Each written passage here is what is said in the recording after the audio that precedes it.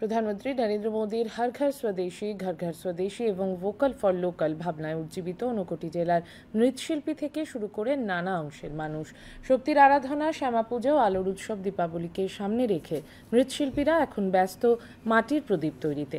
হালকা থেকে শুরু করে মজবুত কারুকাজ করা নানা রঙের প্রদীপ তৈরি হচ্ছে ঊনকোটি জেলার কৈলাসহর ও কুমারঘাট মহকুমাতে। বাহারি আলোকসজ্জা বা মোমবাতি নয়, পরিবেশ বান্ধব মাটির প্রদীপের প্রতি ঝোঁক বা চাহিদা এখন ক্রেতা সাধারণের।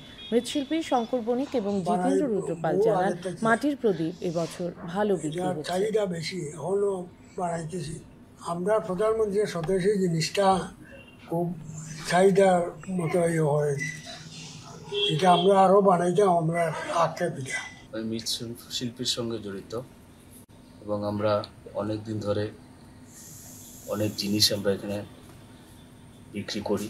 যদিও বৈদ্যুতিক অনেক কিছু বেড়ে হয়েছে, তথাপিও আমাদের এই যে প্রদীপগুনা, এই মায়ের এই সামনের যে সম্মুখীন যে দেওয়ালি, সেই উৎসবে অনেক প্রদীপ বিক্রি হচ্ছে। ধন্যবাদ জানাই প্রধানমন্ত্রীকে, উনি স্বদেশী জিনিসকে গুরুত্ব দিয়েছেন।